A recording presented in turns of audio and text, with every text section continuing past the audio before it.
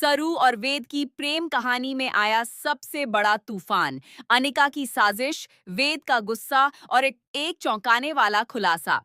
दोस्तों, सीरियल सरू के आने वाले एपिसोड में कुछ ऐसा होने वाला है जिसे देखकर आपकी सांसें थम जाएंगी। यह सिर्फ एक साधारण ट्विस्ट नहीं है, यह एक ऐसा तूफान है जो वेद, सरू और अनिका की जिंदगी को पूरी तरह बदल कर रख देगा। हर एक पल इतना नाटकीय होगा, इतना भावुक होगा, इतना चौंकाने वाला होगा कि आप अपनी स्क्रीन से नजरें नहीं हटा पाएंगे। तो चलिए शुरू से शुरू करते हैं और जानते हैं कि आखिर उस रात क्या-क्या होने वाला है। पहला दृश्य, वेद का गुस्सा अपने चरम पर। कहानी की शुरुआत होती है उस भयावह रात से, जब वेद का गुस्सा अपने चरम पर होता है।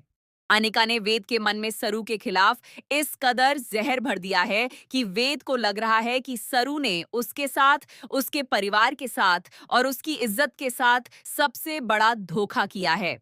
वेद की आंखों में लाल डोरे हैं, उसके हाथ थरथरा रहे हैं और उसका दिल चाहता है कि वह सरू का मुंह भी न देखे। वेद कमरे में टहल रहा है, उसके मन में एक के बाद एक वो पल गुजर रहे हैं जो अनिका ने उसे याद दिलाए थे। झूठे सबूत, गढ़ी हुई बातें, बनाई हुई कहानियां। लेकिन वेद नहीं जानता कि यह सब सबूत अनिका ने खुद तैयार किए हैं। वह नहीं जानता कि जिस औरत पर वह भरोसा कर रहा है, वही औरत उसे और सरू दोनों को बर्बाद करने पर तुली हुई है। तभी दरवाजे पर एक दस्तक होती है। वेद जानता है कि वह सरू ही होगी। उसका मन करता है कि वह दरवाजा न खोले, लेकिन दूसरे ही पल उसे लगता है, नहीं, आज सब कुछ साफ कर देना होगा। आज मैं सरू को सच बताऊंगा कि उसकी हरकतों की वजह से मेरे दिल में उसके लिए क्या बचा है। वेद दरवाजा खोलता है। सामने सरू खड़ी है, आंखें सूजी हुई, चेहरा उदास, हाथ जोड़े हुए।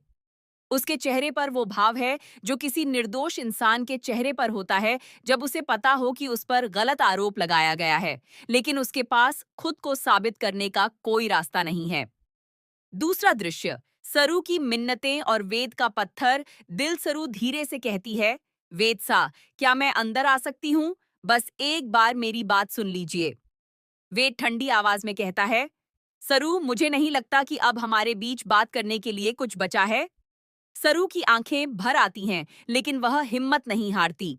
वह अंदर आ जाती है और वेद के सामने खड़ी हो जाती है। वह कहती है, वेद सा, मैं जानती हूँ कि आप मुझसे बहुत नाराज हैं। मैं जानती हूँ कि आपने मेरे बारे में कुछ ऐसा सुना है जिसे सुनकर आपको लगा होगा कि आपने मुझे पहचानने में कितनी बड़ी गलती की। लेकिन वेद सा, एक बार, सिर्फ एक बार मेरी बात सुनिए। वेद गुस्से से कहता है, सरू, बहुत हो गया। मैं थक गया हूं इन सब बातों से। तुमने जो किया वो मैंने अपनी आंखों से देखा है। अब इसमें सफाई की कोई गुंजाइश नहीं है। सरू का दिल टूट जाता है। उसके पैरों तले जमीन खिसक जाती है। वह जानती है कि जो सबूत वेद ने देखे हैं वो सब झूठे हैं, अनिका के बनाए हुए। लेकिन वह यह कैसे साबित करे? वह कैसे वेद को यकीन दिलाए? सरू की आंखों से आंसू बहने लगते हैं। वह धीरे धीरे वेद के सामने झुकती है और हाथ जोड़ लेती है। उसकी आवाज कांप रही होती है जब वह कहती है, वेद सा, मैं आपको कैसे यकीन दिलाऊं कि मैंने कुछ नहीं किया है? क्या इतने वर्षों में आपने अपनी सरू को इतना ही जाना है कि वह किसी को बदनाम करने के लिए झूठ का सहारा ले सकती है? वेद सा, मैं झूठी नहीं हूं, मैं कभी नहीं थी। कृपया मुझ पर थोड़ा सा विश्वास कीजिए, सिर्फ एक बार। सरू के ये शब्द कमरे में गूंजते हैं। वेद के कदम रुक जाते हैं। वह पलटकर सरू को देखता है, उसकी कांपती उंगलियां, उसके बहते आंसू, उसकी हिचकियां, और एक पल के लिए उसका पत्थर बना दिल हिल जाता है।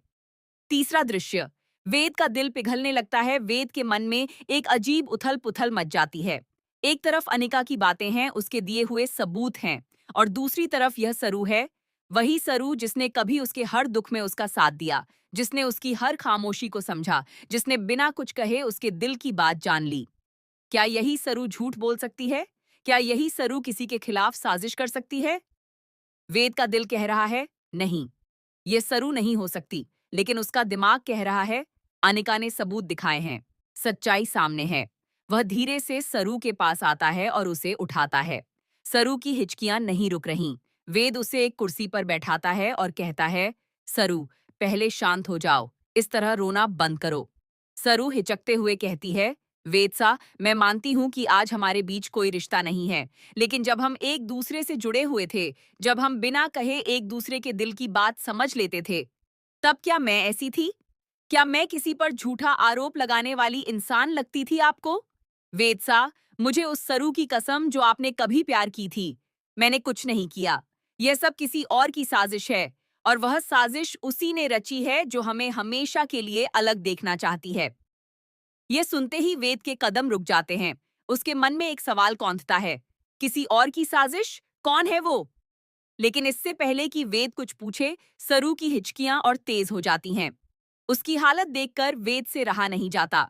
वह आगे बढ़ता है और सरू को अपने गले लगा लेता है। यह गले लगाना किसी रिश्ते का नहीं है। यह उस इंसान का आलिंगन है जो किसी टूटे हुए इंसान को सांत्वना देना चाहता है। लेकिन इस गले लगने में जो गर्माहट है, जो अपनापन है, वह दोनों को महसूस होता है। चौथा दृश्य, अनिका का प्रवेश और कहर का आगाज, और ठीक उसी पल, जैसे किसी ने नाटक में सबसे नाटकीय एंट्री का समय चुना हो, दरवाजा खुलता है और अनिका वहां प्रकट होती है। अनिका की नजर सीधे उस दृश्य पर पड़ती है। वेद सरू को अपने गले लगाए हुए है। सरू के हाथ वेद की पीठ पर हैं। दोनों के बीच वो खामोश भाषा है जो सिर्फ दो प्रेमी ही समझते हैं। अनिका के पैर जम जाते हैं, उसकी आंखें फट जाती हैं, उसके चेहरे का रंग पल भर में उड़ जाता है और फिर गुस्से की लाली छा जाती है। अनिका के मन में एक आंधी उठती है। उसने इतनी मेहनत की थी, इतनी साजिशें रची थीं, इतने झूठे सबूत बनाए थे, सिर्फ इसलिए कि वेद और सरू के बीच की दूरी हमेशा के लिए कायम हो जाए। और आज, उसी रात, जब उसे लगा था कि उसकी जीत हो गई है, यह क्या हो रहा है? अनिका मन ही मन कहती है, यह सरू कभी भी वेद को मेरे लिए नहीं छोड़ेगी। जब देखो तब वेद के आसपास मंडराती रहती है। हर बार जब मैं सोचती हूँ कि अब इसका रास्ता बंद हो गया, यह कोई न कोई रास्ता निकाल लेती है। लेकिन नहीं, इस बार मैं इसे नहीं छोड़ूंगी। इस बार मेरा दांव इतना बड़ा होगा कि सरू की जिंदगी तबाह हो जाएगी और वेद उससे हमेशा के लिए नफरत करेगा। अनिका वहां से चुपचाप लौट जाती है। वेद और सरू को पता भी नहीं चलता कि अनिका वहां आई थी, लेकिन अनिका के मन में जो नई आग जली है, वो आने वाले कुछ घंटों में एक बहुत बड़े तूफान की शक्ल लेने वाली है। पांचवां दृश्य, अनिका की नई और सबसे खतरनाक साजिश। अनिका अपने कमरे में आती है। उसका दिमाग तेज गति से चल रहा है। वह जानती है कि सरू को झूठे आरोपों से नहीं तोड़ा जा सकता, क्योंकि सरू की सच्चाई उसकी ताकत है। इसलिए इस बार वह ऐसी साजिश रचेगी जो सरू को नहीं, बल्कि उसकी उस चीज को निशाना बनाएगी जो उसे सबसे प्रिय है। अनिका फोन उठाती है और एक नंबर डायल करती है। दूसरी तरफ से एक आवाज आती है, हाँ बोलिए। अनिका ठंडी आवाज में कहती है, समय आ गया है, वो काम करना होगा जिसके बारे में हमने बात की थी। सरू के परिवार को निशाना बनाओ, उसकी माँ को, उसके भाई को, और अगर जरूरत पड़े तो उस बच्चे को भी जो सरू की जान से भी ज्यादा प्रिय है। यह सुनकर दर्शकों के रोंगटे खड़े हो जाएंगे। अनिका की साजिश सिर्फ सरू और वेद को अलग करने तक सीमित नहीं रही। अब वह सरू की पूरी दुनिया को तबाह करने पर उतर आई है। छठा दृश्य, सरू को मिलती है पहली चेतावनी। अगले दिन सुबह सरू को एक अजनबी का फोन आता है। आवाज बदली हुई है, लेकिन शब्द बहुत साफ हैं। सरू, अगर तुमने वेद के करीब जाने की कोशिश की, तो तुम्हारे परिवार को इसकी बहुत बड़ी कीमत चुकानी पड़ेगी। यह आखिरी चेतावनी है। फोन कट जाता है। सरू के हाथ से फोन गिरते गिरते बचता है। उसका दिल जोरों से धड़कने लगता है। वह समझ जाती है कि यह अनिका का काम है, लेकिन अब डर केवल खुद का नहीं रहा। अब डर उन लोगों का है जिन्हें वह सबसे ज्यादा प्यार करती है। सरू सोच में पड़ जाती है, क्या करे, क्या वेद को बताए? लेकिन वेद अभी तक उस पर पूरी तरह विश्वास नहीं करता। अगर उसने यह बात वेद को बताई और वेद ने उसे एक और नाटक समझा, तो? और अगर वह चुप रही तो उसके परिवार पर क्या बीतेगी? सातवां दृश्य, वेद को होता है एहसास। उधर वेद के मन में भी कुछ चल रहा है। रात वाली घटना के बाद से वेद चैन से नहीं बैठ पाया है। सरू के शब्द उसके दिमाग में गूंज रहे हैं। यह सब किसी और की साजिश है। वेद सोचने लगता है, किसकी साजिश और क्यों? वह धीरे धीरे उन सबूतों को फिर से देखता है जो अनिका ने उसे दिए थे, और इस बार, शायद पहली बार, वह उन्हें ध्यान से देखता है। और तभी उसकी नजर एक छोटी सी चीज पर पड़ती है। एक तस्वीर में जो तारीख है वह उस दिन की है जब सरू वेद के साथ एक यात्रा पर थी। दोनों उस दिन शहर से बाहर थे। तो फिर यह तस्वीर कैसे खींची गई? यह कैसे संभव है? वेद का माथा ठनकता है, उसके हाथ कांपने लगते हैं। वह तुरंत फोन उठाता है और अपने एक भरोसेमंद दोस्त को फोन करता है, जो एक जासूस है। वह कहता है, मुझे इन सबूतों की जांच करनी है, जल्दी से जल्दी। आठवां दृश्य। सबसे बड़ा खुलासा जासूस महज चंद घंटों में काम कर देता है। वह वेद को बुलाता है और कहता है, वेद भाई, जो मुझे पता चला है वो बहुत चौंकाने वाला है। ये सारे सबूत फर्जी हैं, तस्वीरें एडिट की गई हैं और जिस व्यक्ति ने यह सब करवाया है उसका नाम है अनिका। वेद की दुनिया पलट जाती है। उसकी आंखों के सामने अंधेरा छा जाता है। वह कुर्सी पर बैठ जाता है। उसके मुंह से एक ही शब्द निकलता है, अनिका। जासूस आगे बताता है, हाँ, और यह सिर्फ यही नहीं रुकी। अनिका ने सरू के परिवार को धमकी दिलवाई है और उसका इरादा और भी खतरनाक है। वह सरू की जिंदगी पूरी तरह बर्बाद करना चाहती है ताकि वेद कभी सरू की तरफ मुड़कर भी न देखे। वेद के मन में गुस्सा, पश्चाताप और दर्द तीनों एक साथ उठते हैं। गुस्सा अनिका पर, पश्चाताप इस बात का कि उसने सरू पर भरोसा नहीं किया, और दर्द इस बात का कि उसने अपनी भावनाओं को, अपने उस रिश्ते को इतनी आसानी से कमजोर पड़ने दिया। वेद उठता है, उसके कदम दृढ़ हैं, उसकी आंखों में एक नई चमक है जो इरादे की चमक है। नौवां दृश्य। वेद और अनिका का आमना सामना। वेद सीधे अनिका के पास पहुंचता है। अनिका उसे देखकर मुस्कुराती है। वह अभी तक नहीं जानती कि वेद को सच पता चल चुका है। अनिका कहती है, वेद, आज तुम बहुत अच्छे लग रहे हो। आपको पूछे, क्या हुआ, किसी से मिलकर आए हो?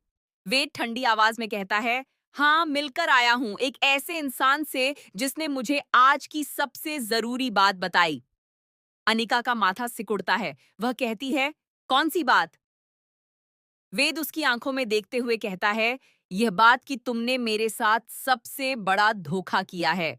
यह बात कि सरू निर्दोष है और तुम वो इंसान हो जिस पर मैंने गलती से भरोसा किया।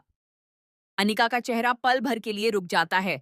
फिर वह संभलते हुए कहती है, वेद, तुम किसकी बातों में आ गए?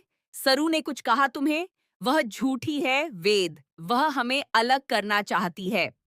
वेद कहता है, अनिका, बस, अब और झूठ नहीं, मेरे पास सबूत हैं, हर एक सच सामने है। तुमने न सिर्फ मुझे धोखा दिया, तुमने एक निर्दोष औरत की जिंदगी बर्बाद करने की कोशिश की, और यह मैं कभी माफ नहीं करूंगा।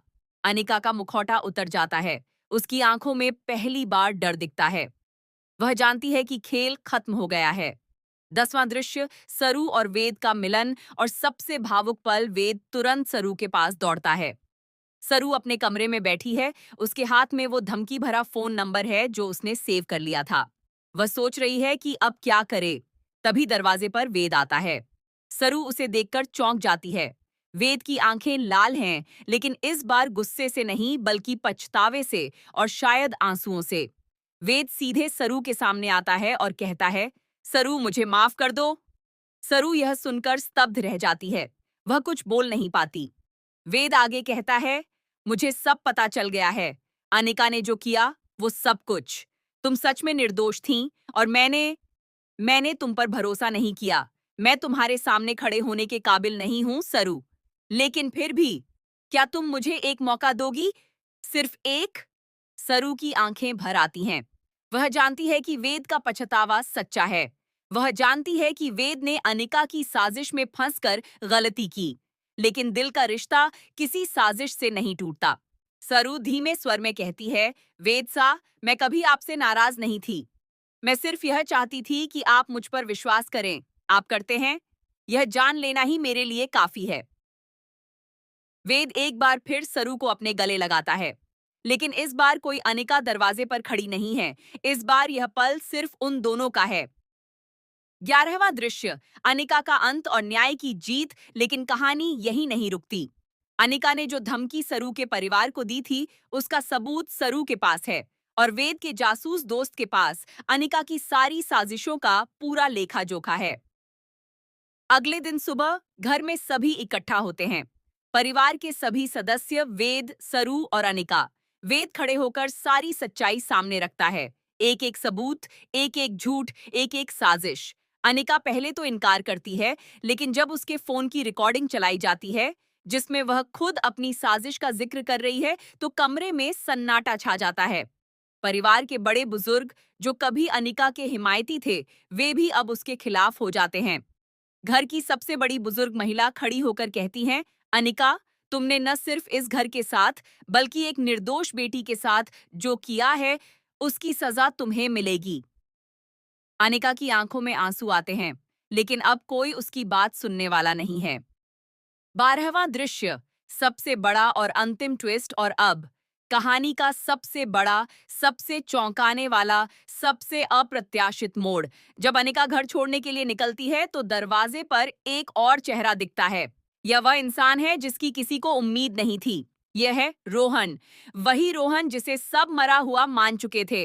वही रोहन जो सरू के अतीत से जुड़ा है। वही रोहन जिसकी वजह से कभी वेद और सरू के बीच पहली दरार पड़ी थी।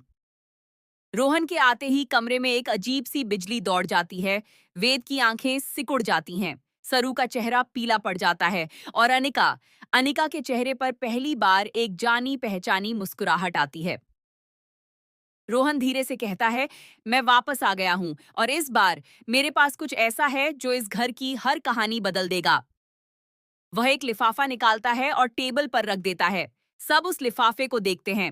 वेद पूछता है, यह क्या है? रोहन कहता है, यह वो सच है जो न सरू जानती है, न वेद और न ही अनिका। यह वो राज है जो इस पूरी कहानी की असली जड़ है। लिफाफा खुलता है। उसमें एक कागज है। सब पढ़ने के लिए आगे बढ़ते हैं और जो लिखा है वो पढ़कर कमरे में बैठा हर इंसान स्तब्ध रह जाता है।